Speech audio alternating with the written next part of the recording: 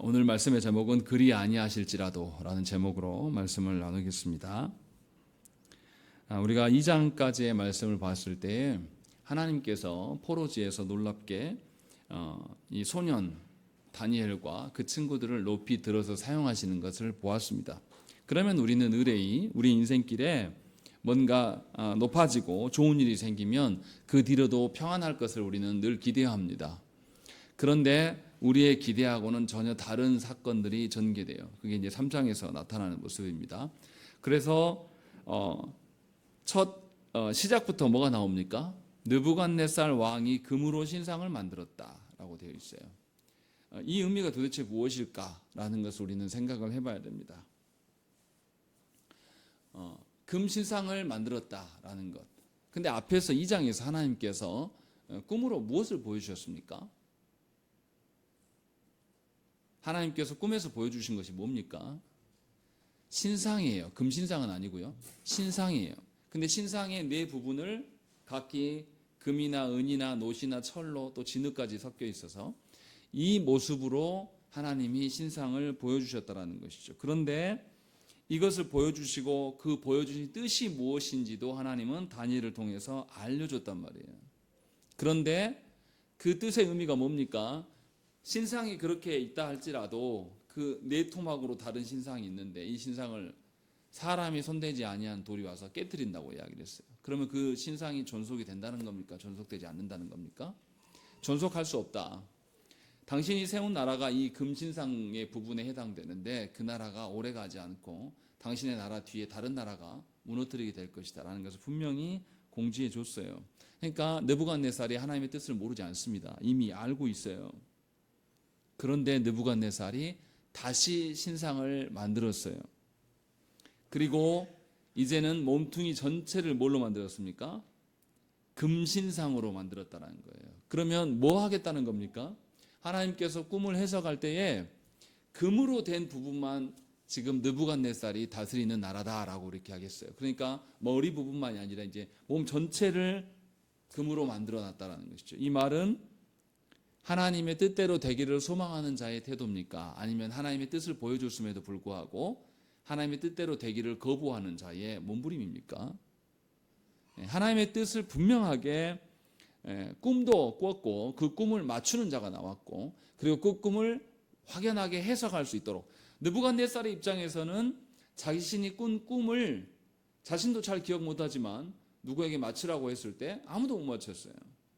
바벨론의 모든 지혜자들과 술사와 어떤 점쟁이들이 하려고 했지만 못 맞췄어요. 그런데 하나님의 사람이 와서 다니엘이 와서 그것을 맞추고 그러니까 이제 다니엘의 해석이 꿈을 맞출 정도니까 다니엘의 해석이 참되다라는 것을 느부갓네살이 부인할 수가 없는 거죠.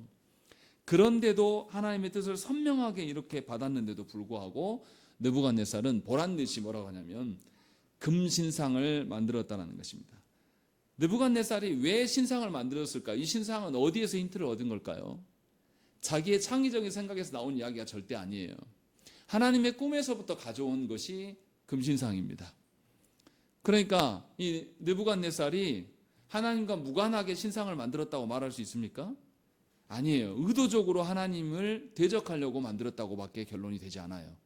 꿈에서 신상을 보여줬는데 그 신상이 파괴되는데 그 신상이 머리 부분만 금인데 이제 자기가 온 금으로 도색하고 그것으로 인하여서 자기 나라가 계속 유지될 것들을 소망하고 자기 나라를 꺾지 못하게 하기 위해서 뭐합니까? 금신상의 모든 사람들이 바벨론 땅에 거하는 모든 나라의 사람들이 다 금신상에 절하도록 명령한단 말이에요. 이 말은 반역자가 있으면 된다 안 된다. 금신상을 통하여서 반역자가 생기면 전부 다 풀무불에 다 넣어서 태워 죽이겠다라는 거예요. 그러면 느부갓네살의 의도가 보이지 않습니까? 하나님은 이 나라가 분명하게 어느 시기가 되면 망한다고 이야기하셨어요. 그런데 느부갓네살은 뭐라는 거죠? 망하지 않게 하겠다. 누가? 내가. 뭐로? 사람의 힘으로. 그래서 어떻게 합니까? 오늘 본문에 보면 느부갓네살만이 섬기는 것이 아니라 바벨론 모든 나라의 사람들을 모이게 해서 그래서 저자는 의도적으로 다 써놨습니다. 쓸데없는 말처럼 보여주는 2절에 보시면 총독과 수령과 행정관과 모사와 재무관과 재판관과 법률사와 각 지방 모든 관원을 다 낙성식에 참여케 했다라는 거예요. 생각을 해보세요. 바벨론이 점령한 땅은 굉장히 넓습니다. 그냥 여기서 보시면 1절에 보시면 바벨론 지방의 두라 평지에 세웠다라고 되어 있어요. 그런데 온 나라 사람들이 이 금신상에 절하려면 몇천 킬로를 걸어와야 돼요. 이게 가능한 이야기입니까? 이 말은 처음 하나를 두라 평지에다가 세웠지만 나중에는 어떻게 세웠다라는 거예요. 모든 나라의 이 금신상에 똑같은 모습들을 만들어 가지고 전 나라 백성들이 다 절할 수 있도록 만들어 놨다라는 거예요. 이 말은 뭐 하는 겁니까? 그냥 금신상을 만드는 게 아니라 하나님의 꿈을 통하여서 하나님의 뜻을 알았음에도 불구하고 하나님의 뜻대로 되게 하겠다, 아니면 되지 않게 하겠다, 절대로 하나님의 뜻대로 되지 않게 하겠다라는 그런 태도예요. 얼마나 교만합니까? 여기서 우리가 생각을 해봐야 될 게 있어요. 하나님의 뜻을 우리가 알면 그 뜻대로 우리가 순종할까요? 우리는 하나님의 뜻을 알면 순종할 수 있다라고 말합니다. 그래서 하나님의 뜻을 알려달라고 우리는 말을 해요. 하나님 뜻을 보여주십시오. 하나님, 내가 지금 결정의 순간에 와 있는데 A인지 B인지 모르겠는데, 아니면 C인지 모르겠는데 하나님이 알려만 주시면 내가 이거 하겠습니다라는 이런 허망한 소리들을 우리는 굉장히 잘합니다. 그리고 그렇게 될 수 있을 것이라고 우리는 믿어요. 그런데 하나님 막상 그 뜻을 알려주면 우리가 스스로 거기서 순종합니까?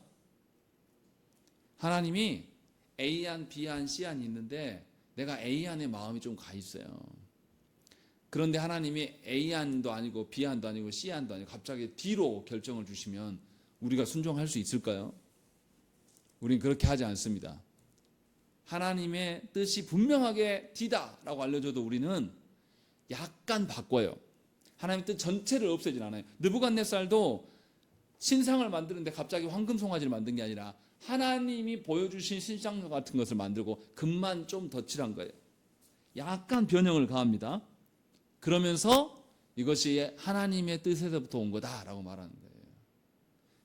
무슨 말이냐면 배교자들과 이단자들이 전적으로 다른, 완전히 180도 다른 어떠한 것을 갖다가 드밀지 않아요.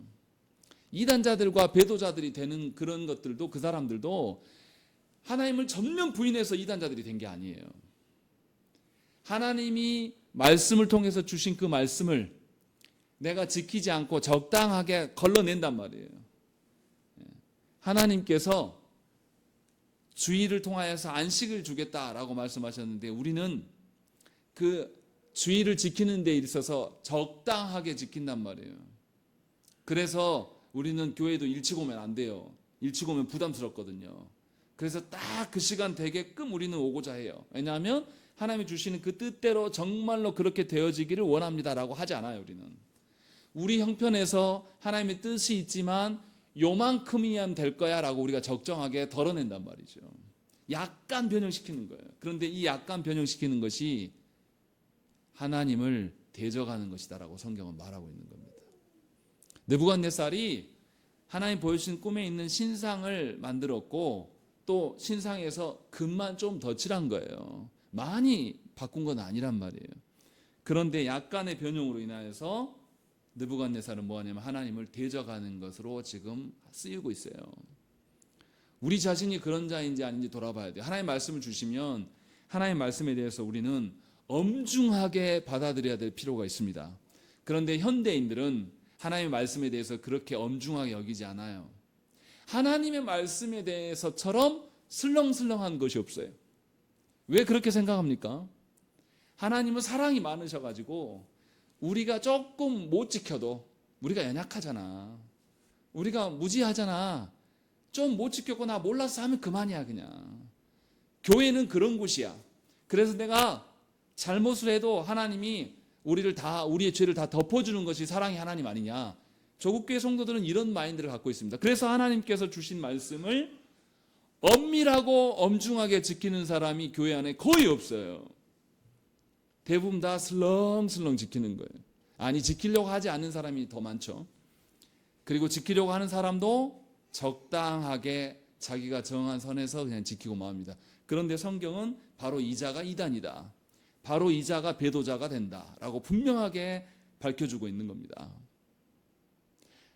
교회를 무너뜨린 사람이 누구입니까? 제가 늘 말씀드리지만 초신자들이 교회를 무너뜨린 적은 없어요. 오래 묵은 신자들이, 교회 안에 직분을 가진 자들이 변질되어서 교회가 찢어지는 것이고 갈라지는 것이고 교회가 아파하는 것이고 땅에 뒤웅거는, 하나님의 이름이 땅바닥에 떨어뜨리는 사람들이 누구냐면 먼저 믿은 자들이에요. 먼저 믿은 자들이 어떻게 믿냐? 어설프게 믿어요. 하나님의 뜻을 말하면서도 실제로 뜻 그대로 100% 되어지기 위해서 내가 희생하고 손해볼 생각은 추호도 없어요.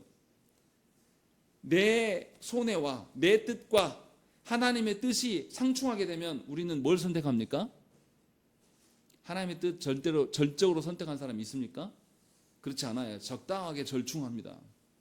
그래서 하나님의 뜻으로 포장하고 싶어 해요. 이렇게 한단 말이죠.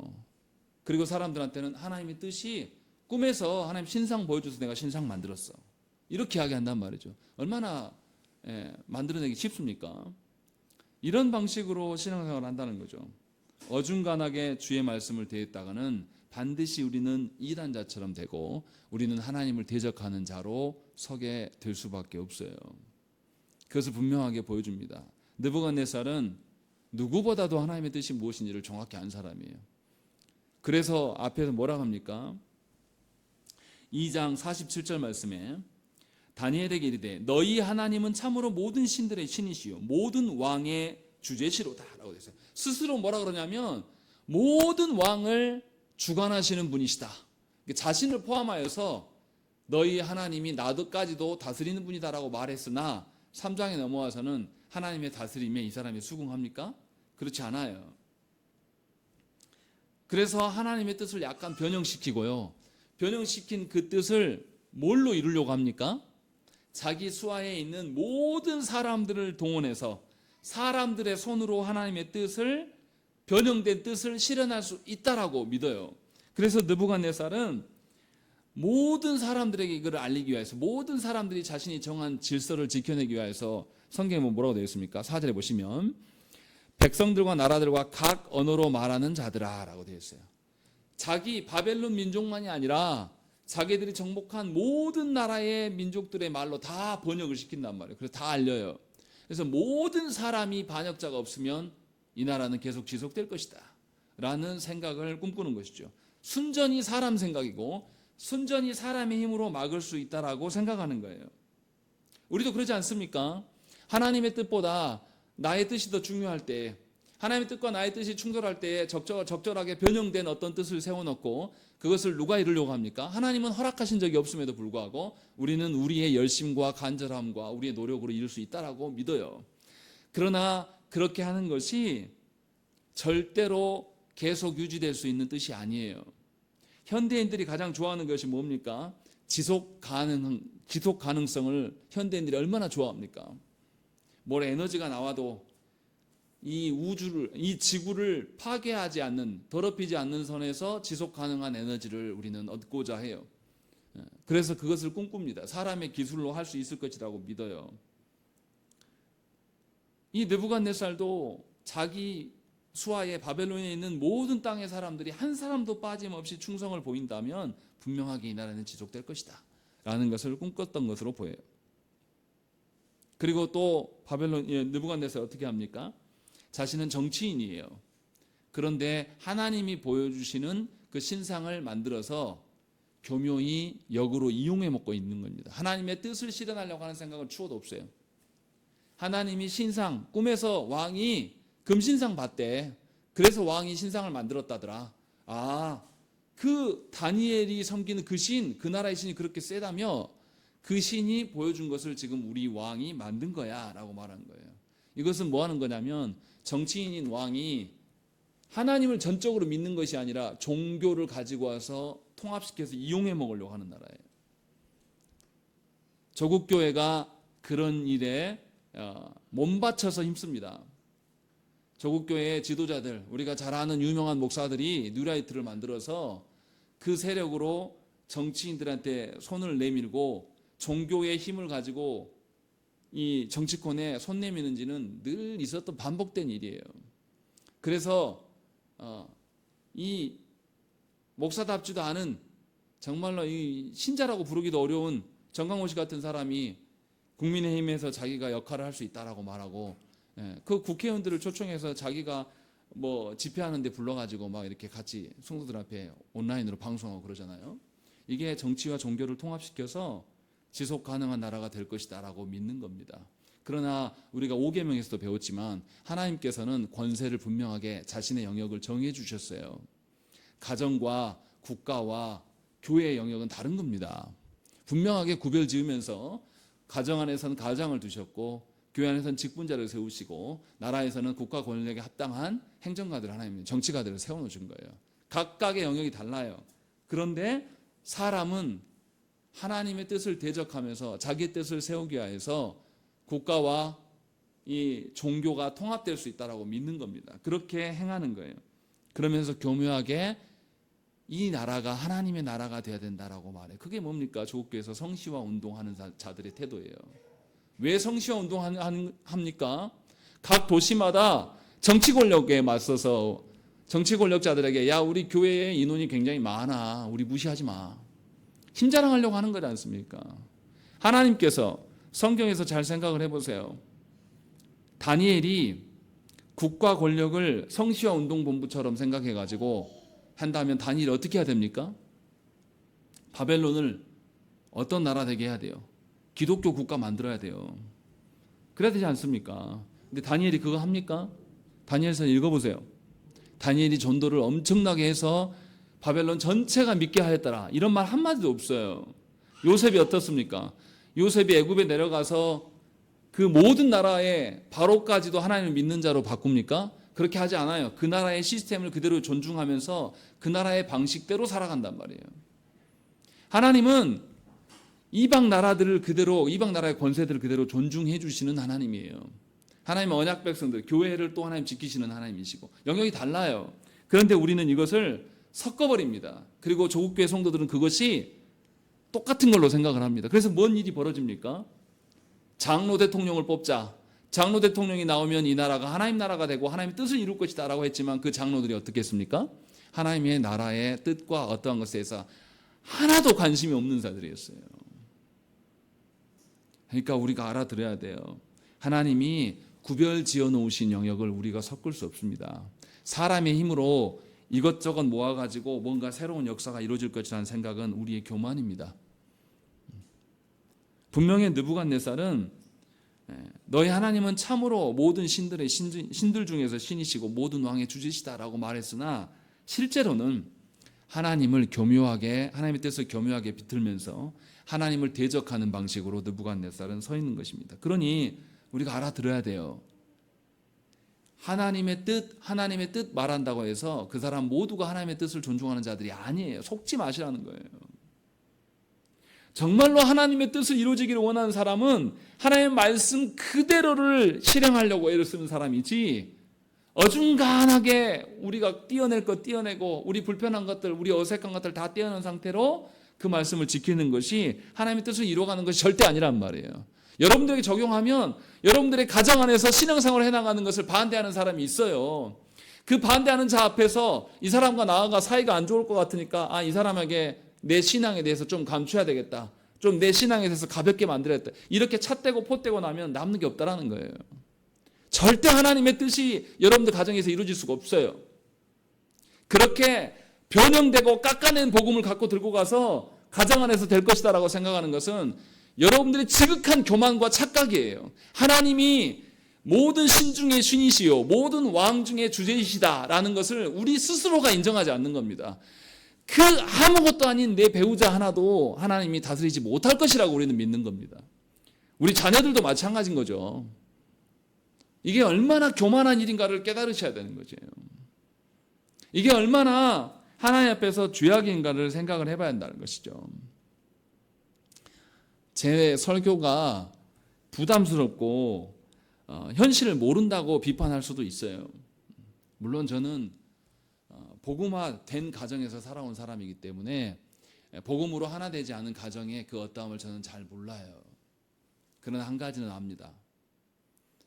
다 예수 믿는 가정이라고 해서 전부 다 진실된 신앙을 가지는 것은 아니에요. 교묘하게 그 중에서도 신앙을 뒤틀고 비트는 사람들이 있습니다. 정말로 다 교회 안에 있다고 해서 다 신자가 아닌 것이고, 가짜들이 훨씬 넘치는 것이고, 또 그 가짜들이 하나님의 뜻을 교묘하게 비틀어내는 겁니다. 우리가 이 말씀을 뼈아프게 받으셔야 돼요. 그냥 적당하게 나만 믿으면 되지, 우리 가정까지 뭐 할 필요 뭐가 있어, 내 영역에서만, 내가 할 수 있는 것에서만 믿으면 되지. 그러면 왜 하나님이 이스라엘 백성들을, 다니엘과 세 친구들을 포로지에 끌려가서 아직 청소년기에 있는 이 청년들을 들어서 하나님 사용하십니까? 왜 이 위기를 주십니까? 이 다니엘의 세 친구들이 너무나 힘든 상황에 놓인 거예요. 이 사람들이 지방에서 다스리는 역할을 맡았는데, 분명히 느부갓네살 왕은 각 지방의 모든 관원까지 와서 이것에 절하라고 한 거예요.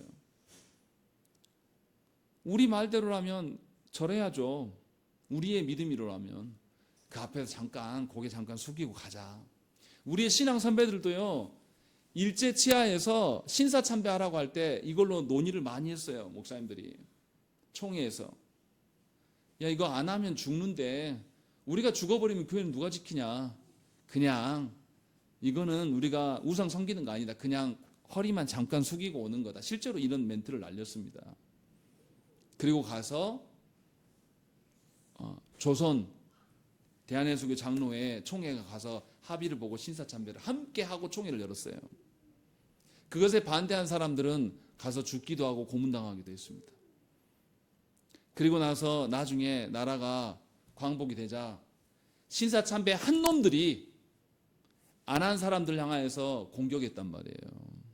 그래서 교단이 갈라진 겁니다. 그래서 고신측이 나간 거죠. 이게 우리의 선배들의 흔적이에요. 조상님들을 제가 비판하려고 말하는 게 아니에요. 하나님께서 그토록 역사를 통해서 우리에게 보여주셨단 말이에요.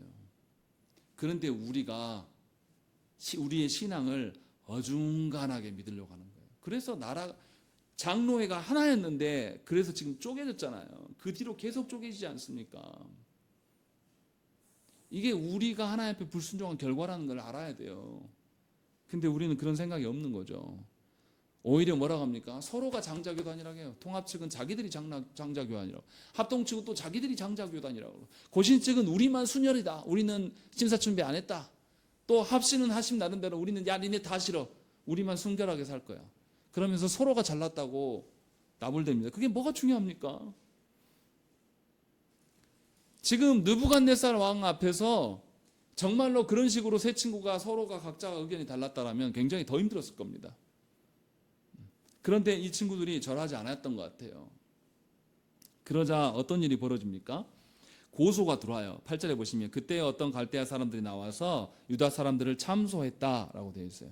그러면서 왕한테 나아가서 왕이시여, 이 절하지 않는 사람들은 분명히 풀무불에 던져 넣는다고 하지 않았습니까? 왕이 세워놓은, 12절에 보세요. 왕이 세워 바벨론 지방을 다스리게 하신 자가 그것을 거부하고 있다라고 말하는 거예요. 이것은 왕을 공격하는 일이기도 하죠. 왕이 얼마나 입장이 곤란하겠습니까? 자기가 세우는 사람인데, 그것도 노예로 끌려온 자들을 자기가 세우는 사람들이에요. 왕이 앞에서처럼 이야기한다면 즉시 죽여야 돼요. 왕이 자신의 뜻을 이루려면, 하나도 배반자가 없게 해서 이 나라가 지속 가능한 나라가 되게 하려면 바로 죽여야 돼요. 그런데 느부갓네살이 어떻게 합니까? 좀 이상하게 해요. 13절의 말씀 보세요. 읽겠습니다. 시작.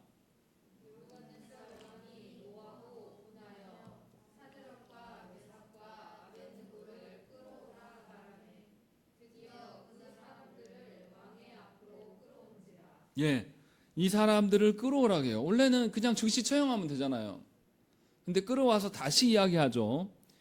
자기가 금신상하게 이 악기들이 불 때 절하라고 하지 않았냐. 안 하면 맹렬히 타는 풀무불에 던질 것인데 너희가 할 거냐 안 할 거냐 물으면서 15절에 중요한 이야기합니다. 마지막에 뭐라고 하냐면 능히 너희를 내 손에서 건져낼 신이 누구이겠느냐 이렇게 말해요. 왜 갑자기 신 이야기를 합니까? 왜 할까요? 이 세 친구들이 어떻게 해서 지방 관원들로 세워졌습니까?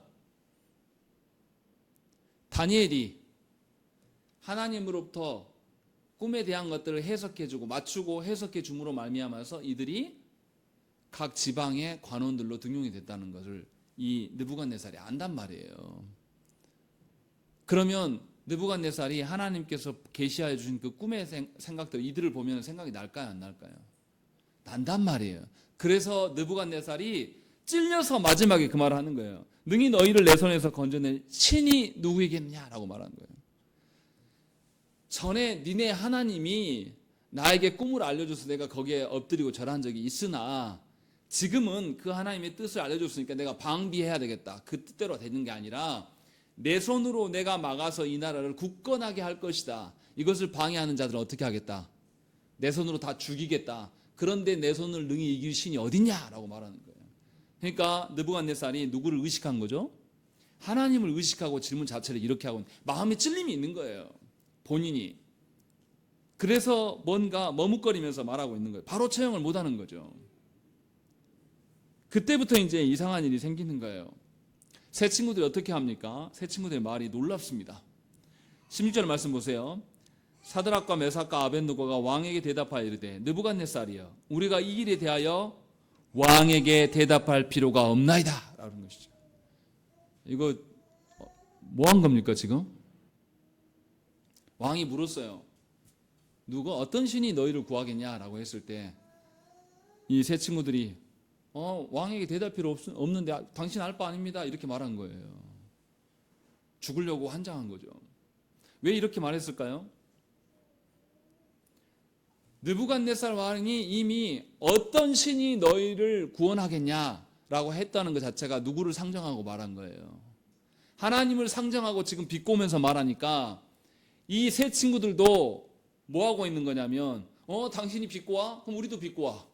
그러면서 뭐라고 하는 거죠? 왕 알지 않습니까? 지금 당신이 하나님을 지칭하면서 질문하는데 우리가 답할 필요가 뭐가 있어요? 요의하게 하는 겁니다. 이렇게 하면 어떻게 됩니까? 세 친구들이 이렇게 말해버리면 어떻게 돼요? 왕의 신기를 더 건드리는 것이고 이미 죽을 상황이지만 즉시 죽을 수 있어요. 그런데 세 친구들은 완전히 단호하게 대처하고 있어요. 왕에게 대답할 필요도 없는 문제입니다. 왕 당신 이미 알지 않습니까? 라고 아주 단호하게 말해요. 지금 성경의 저자가 우리한테 하고 싶은 이야기가 뭡니까? 하나님께서 이미 2장에서 느부갓네살 뿐만 아니라 다니엘과 다니엘의 세 친구들에게도 하나님의 뜻을 이미 보이셨어요. 이 나라가 영원히 지속되지 않는다. 하나님이 적정한 때에 없애질 것이다. 그러면 이 세 친구들은 지금 그 나라의 지방 관원이긴 하지만 이 나라가 없어질 것을 복명복창해야 되는 거예요. 그것이 이들의 하나님의 뜻대로 순응하는 자의 태도예요. 그래서 세상 왕 앞에서도 뭐 하는 겁니까? 그 말에 순응하지 않고 하나님이 멸망시킨다고 하셨고 당신이 알지 않냐? 라는 것을 완전한 단호함을 보이는 거예요. 조금이라도 틈을 보이지 않아요. 하나님의 뜻대로 될 것이다. 라는 것을 이렇게 반응하고 있는 거죠. 분명하게 신앙에 있어서 이러한 단호함이 필요합니다. 하나님의 말씀에 있어서는 더더욱 그래야 돼요. 우리가 하나님의 말씀을 예배 때에 선포되어서 들어요. 그런데 그 말씀에 대해서 우리가 왜 기억하지 않습니까? 우리는 한 번도 그 말씀을 엄중하고 단호하게 받은 적이 없어요. 이것이 우리의 죽고 사는 문제라고 생각하면 기억 못할 사람이 어디 있습니까? 제가 군대를 갔더니 이등병 갔더니 우리 중대에 중대원들이 100명이 넘어요. 그런데 우리 고참에 와가지고 한번 쭉 읊어주더라고요. 1병 고참에 와가지고 2등병 고참에게 야 서열 몇 년 몇월 누구 몇 년 몇월 누구 몇 년 몇월 누구 100명 넘는 사람 쫙 외우는 거예요. 들었지? 해봐. 한 번 듣고 하라고 하겠습니까? 첫 사람도 기억이 안 나죠. 대가리 받고 거기서 두드러 맞았어요. 한 몇 번 보여줬습니다. 긴장합니까 안 합니까? 긴장해요. 군대에서 병력의 인원을 적으면은 군사 기밀로 해가지고 잡혀갑니다. 적으면 안 돼요. 그냥 머리로만 알아야 돼요. 그래서 그렇게 두드리게 패고 3일 후에 확인하겠어. 다 외웠겠습니까? 안 외웠겠습니까? 다 외웁니다. 못하는 게 없어요. 두드려 맞냐 안 맞냐의 문제이기 때문에 적은 것도 없지만 우리 동기 6명이었는데 나만 외운 게 아니라 6명 1명 다 체크해요. 외웠냐? 해봐. 서로 확인하면서. 3일 뒤에 확인할 날이 가까우니까 그 이야기 들으면 다 한다니까 줄줄줄줄 나와요. 사람 얼굴과 이름 매칭이 되진 않죠. 그런데 찔리면 나와요. 된다니까요. 왜요? 그 명령이 아주 엄중한 것이고 이것을 내가 지키지 않으면 나에게 폭력이 가해진다는 걸 경험하기 때문에 할 수 있다고요. 제가 군대로 예를 들어서 죄송합니다. 하나님의 말씀이 정말로 우리의 생과 사를 결정하는 문제라고 우리가 여긴다라면 말씀을 잊을 리가 없어요. 그렇지 않겠습니까? 저는 지금도 기억이 나요. 군대에서 총 쏘러 가면 총 어떻게 하라고 밑에서 교육을 다 시킵니다. 빈 총 가지고 올라가서 어떻게 하고 어떻게 해라. 제대로 안 하면 막 때려요. 왜냐하면 총기 잘못 쏘면 사람 죽거든요. 그렇게 한 기억이 나요. 그래서 그 올라가면 총을 쏴대면 귀가 하나도 안 들립니다. 찡 소리 나면서. 그런데도 그 맞은 기억이 있기 때문에 몸이 반응해요. 그렇게 해도 사고 나는 경우가 있긴 하지만 하나님의 말씀이 그보다 못하다라는 거죠. 믿는 자들에게 하나님의 말씀이 선포되는 것이 그렇게 엄중하지 않아요. 그 하나님의 말씀 앞에서 우리가 그러한 단호함이 없다라는 것이죠. 그러나 이 세 친구들을 보세요. 얼마나 단호합니까? 왕이 알 필요 없다. 당신이 어떻게 하든지 말든지 누구 뜻대로 된다. 당신이 말한 그 신 하나님의 뜻대로 될 것이니 우리가 대답할 이유가 뭐가 있냐. 당신도 알지 않느냐. 이 이야기를 지금 하고 있는 거예요. 대부분의 성도들이 하나님의 뜻이 선포되면 그 앞에서 자꾸 머뭇거려요. 생각이 많아집니다. 왜 많아집니까? 하나님의 말씀대로 지키려고 생각이 많아질까요? 하나님의 말씀을 지켜내지 않으려고 또 다른 핑계를 만들어내기 위하여서 우리는 생각이 많아지고 머뭇거려집니다. 하나님의 말씀을 어떻게 지킬까에 대해서 고민하고 생각하면서 내 힘으로 안 되니까 기도하면서 하나님께 매달리는 것이 아니라 우리는 하나님의 말씀이 있어도 이 말씀에는 나 이날 못해. 나 그날 다른 거 있지. 요거 생각하고 헤아리느라고 하나님의 말씀 뒷전으로 던져놓는 그러면서 머뭇거리는 거예요. 성도들 대부분 다 그렇습니다. 목사들도 그래요. 그러니 하나님이 세우신 교회 안에서 말씀의 엄중함과 말씀 앞에 단호함이 있겠냐 이 말이에요. 목에 칼이 들어와도 신자에게 안 되는 것은 안 되는 것이 있어야 되지 않겠습니까? 성도에게 죽어도 안 되는 것은 있어야 되지 않겠습니까? 우리 아이들이 친구들끼리 이야기하는데 그런 이야기 하더라고요. 야, 패드립은 하지 마. 우리 식구 욕은 하지 말라는 거예요. 죽어도 그것은 안 돼. 아이들도 놀면서도 최소한의 경계를 지어요. 믿는 자들의 이 하나님의 말씀에 대해서 그런 단호함과 죽어도 안 되는 것이 있냐 이 말이에요. 우리가 정말로 하나님의 말씀을 그렇게 대하는지 이 밤에 생각을 해보셔야 돼요. 하나님의 말씀을 우리 생각대로 받아들이면 거기서부터 문제가 생깁니다. 하나님은 우리를 초월하신 분이에요. 마치 뭐가 똑같냐면 도유리가 있는데 도유리가 뭐 장난칠 때 우리가 설명합니까? 너 이래서 이것은 안 되니까 만지지 마. 알았지? 이렇게 하는 사람이 어디 있어요? 그냥 하지 말라라고 하는 거죠. 뜨거운 거 있으면 어떻게 해요? 설명해 줍니까? 아니에요. 그냥 무조건 못하게 하는 거예요. 하나님께서 우리에게 말씀하시는 것은 실제로 그렇게 돼요. 우리를 초월하신 분이 행하시기 때문에 우리가 다 이해할 수 없습니다. 그런데 우리는 그 하나님의 말씀 앞에서 어떻게 해요? 초월자께서 행하시는 일들에 대해서 우리의 머리를 굴려가면서 우리가 판단한단 말이에요. 그러면서 내가 이해되지 않으면 어떻게 해요? 안 믿어요. 내가 이해되지 않으면 그 말씀 어떻게 합니까? 쓱 뒤로 빼놔요. 내가 이해되지 않으면 어떻게 해요? 그 말씀 그냥 잊어버리면 돼요. 별로 안 중요하니까. 어차피 나랑 상관없는 말씀이니까. 그러면 우리는 느부갓네살처럼 됩니다. 하나님의 뜻은 분명히 교회 안에서 늘 선포돼요. 그러나 여러분들은 선포될 때마다 그 말씀을 계속 조금씩 비트는 거죠. 그래서 스스로 예수 믿는 자들은 지킬 것이 없는 자들이야. 세상에 필요가 있으면 하나님의 것들 다 내어줄 수 있는 자가 예수 믿는 자들. 그래서 세상에 나가보면 어떤 사람이 있습니까? 나도 예전에 예수 믿었어. 나 청년회 회장도 했어. 나 학생부 회장도 했어. 그런 인간들이 뭐 하냐면 마셔라 부어라 하면서 더 괴롭힌단 말이에요. 예수 믿는 사람들을.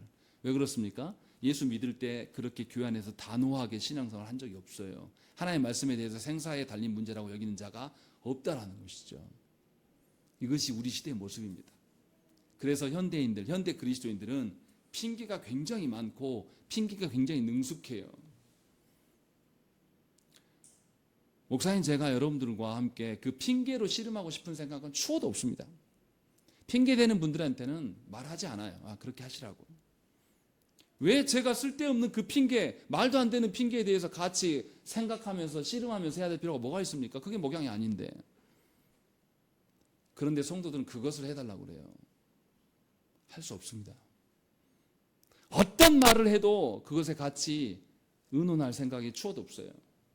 어차피 해봤자 똑같거든요, 결론은. 정말로 하나님의 말씀을 지키기 위한 몸부림과 하나님의 말씀을 지키기 위한 고뇌와 하나님의 말씀을 지키기 위하여서 우리가 함께 의논하는 것은 해야 돼요. 그런 일은 하게 반드시 해야 됩니다. 그런데 지키지 않기 위하여서 저를 찾아와서 무슨 이야기 하는 것에 대해서는 더 이상 할 수가 없어요. 여러분들도 여러분 가정 안에서 자녀들에게 하나님의 말씀에 대해서 이야기할 때 자녀들이 지키지 않기 위하여서 핑계대는 것에 대해서 여지를 두시면 안 돼요. 그러면 그럴수록 우리 자녀들은 속이는 데 능숙한 느부갓네살처럼 하나님의 뜻은 분명히 여러 번 들었어요. 그러나 절대 지키지 않는, 늘 미꾸라지처럼 빠져나가는 데만 익숙한 그런 사람으로 전락하는 것이죠. 그래서 신앙이 엉터리가 되는 겁니다. 분명하게 기억하셔야 돼요. 그리고 이 세 친구들이 또 이 이야기만 합니까? 17절의 말씀을 보세요. 17절의 말씀도 놀라운 이야기를 합니다. 우리 읽겠습니다. 시작.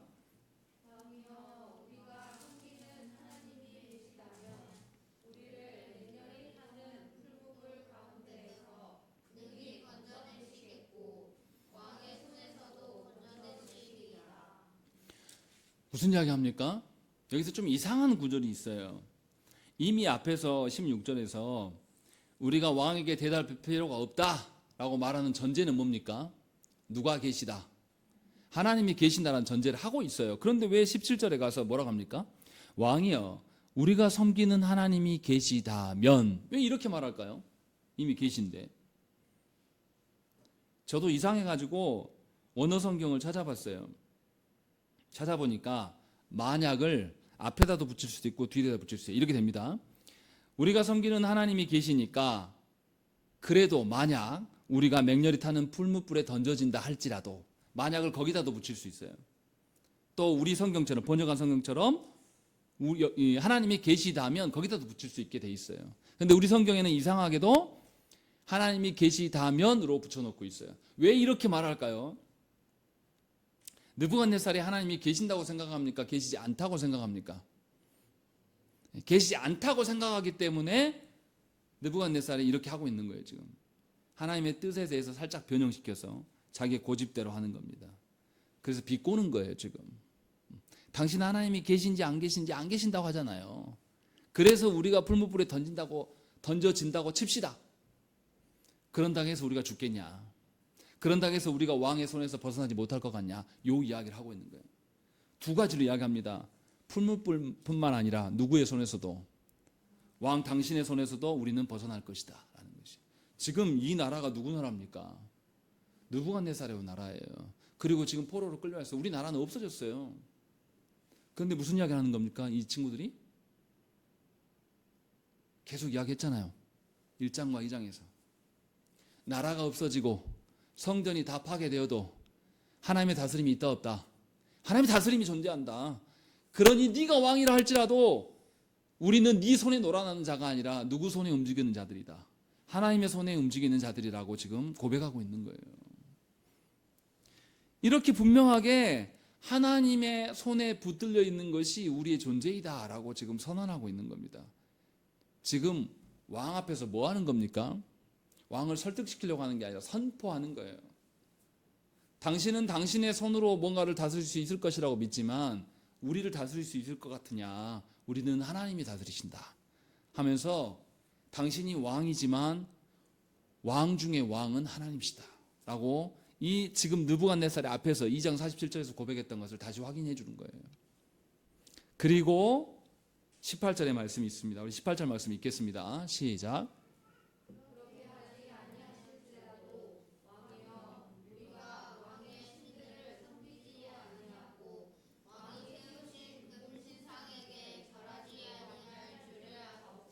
예, 여기 18절에 그리 아니하실지라도, 뭐가 그리 아니하신다고요?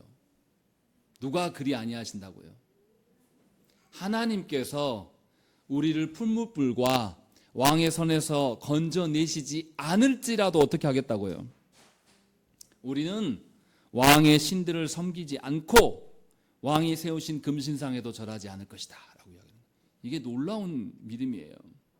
혹시나 우리가 풀무불에 던져져서 죽게 될지라도 분명히 하나님이 계시면 풀무불과 왕의 손에서부터 나는 건지라고 믿지만 그렇게 하지 않으실지라도 나는 당신을 섬길 생각이 없다.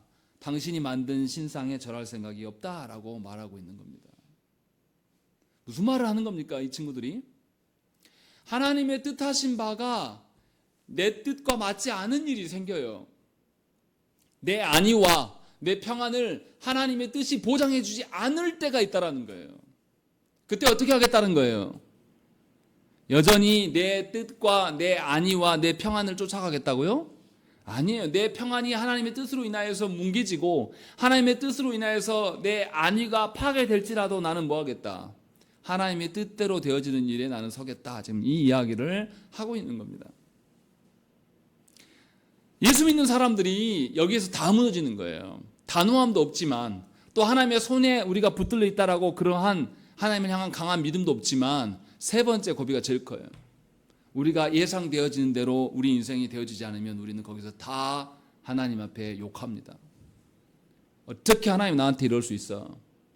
어떻게 하나님이 우리 새끼들한테 이렇게 할 수 있어? 그러나 분명하게 참된 믿음을 가진 사람은 하나님이 내 기대대로 아니하실지라도 나는 하나님의 말씀대로 서겠습니다 라고 하는 그 고백이에요. 이것이 하나님의 손에 붙들린 자이고 이것이 하나님의 인도하심을 따라 살아가는 자라고 성경은 우리에게 말하고 있습니다. 그러니 착각하시면 곤란해요. 믿음의 사람은, 믿음의 신앙 선배들, 순교자들은 어떻게 했습니까? 자기가 하나님을 부인하면서 생존하는 것과 자기가 죽더라도 하나님의 사람으로 남겨짐으로 죽는 것, 어떤 걸 선택했습니까? 후자예요. 자기가 이 땅에서의 생이 좀 짧아지더라도 하나님의 사람으로 있다가 죽어가는 게 더 낫겠다라고 판단한 겁니다. 왜냐하면 죽음 위에 누구 앞에 서게 될 것이니까. 주님 앞에 서게 될 거거든요. 그런데 주님이 너 어떻게 살아왔냐라고 했을 때 그래, 주님 제가 목숨을 던지고 하나님의 사람으로 남겨주려고 애를 썼습니다 라는 것이죠. 그런데 현대 그리스도인들은 그렇지 못해요. 우리는 너무 편안하고 겁쟁이들이거든요. 불편한 걸 못 견디는 사람들이거든요. 그래서 우리의 안위를 살짝만 건드려도 우리 어떻게 합니까? 우리 편한 대로 쉬운 방편대로 예수 믿을 때 쉽게 믿고 싶거든요. 불편한 거 정말 싫어요. 그래서 쉽게 믿고 싶고 편안하게 믿고 싶은 거예요. 그래서 조금만 예수 믿다가 나를 조금만 건드리면 내 남편이 나를 조금만 건드려도 내 자녀가 나를 조금만 건드려도 내 친척이 나를 조금만 건드려도 또 교회 사람이 나를 조금만 건드려도 우리 예수 안 믿어요. 예수 믿는 게 아니에요. 처음부터 사실. 예수 믿었던 것도 아니고 하나님의 사람으로 남겨지고 싶다라는 생각이 없어요. 우리는 우리의 생존과 우리의 안위가 하나님의 뜻보다 훨씬 더 중요한 사람이라는 것이죠. 이 부분을 하나님 앞에 놓고 회개하지 않으면 우리는 달라지지 않을 겁니다. 우리가 그렇게 엉성하게 예수 믿는데 믿지 않는 우리 가정에 있는 사람들에게 어떻게 하나님을 말할 수 있겠습니까? 말 못하는 거예요. 말해도 듣지 않습니다. 왜냐하면 예수 믿는 사람에게 안 되는 것이 있어야 되는데 예수 믿는 사람 안 되는 게 없거든요. 다 돼요. 요구하고 조금만 강하게 윽박하면 다 순종하고 넘어가거든요. 하나님이 살아계시다면 어떻게 그럴 수 있냐 이 말이죠. 지금 그 이야기를 우리에게 보여주고 있는 거예요. 우리의 믿음이라는 것은 어떻습니까? 우리의 존재의 근거는 무엇입니까? 하나님이세요. 하나님이 우리를 떠나가시면 우리는 이 순간에도 바로 죽을 수도 있습니다. 하나님이 잠깐만 우리에게 손을 떼셔도 우리는 존재할 수 없어요. 우리의 믿음은 또 어떻습니까? 내가 가진 어떤 확신과 내가 가진 어떤 내가 결단한 뭐 어떤 그런 겁니까? 아니에요.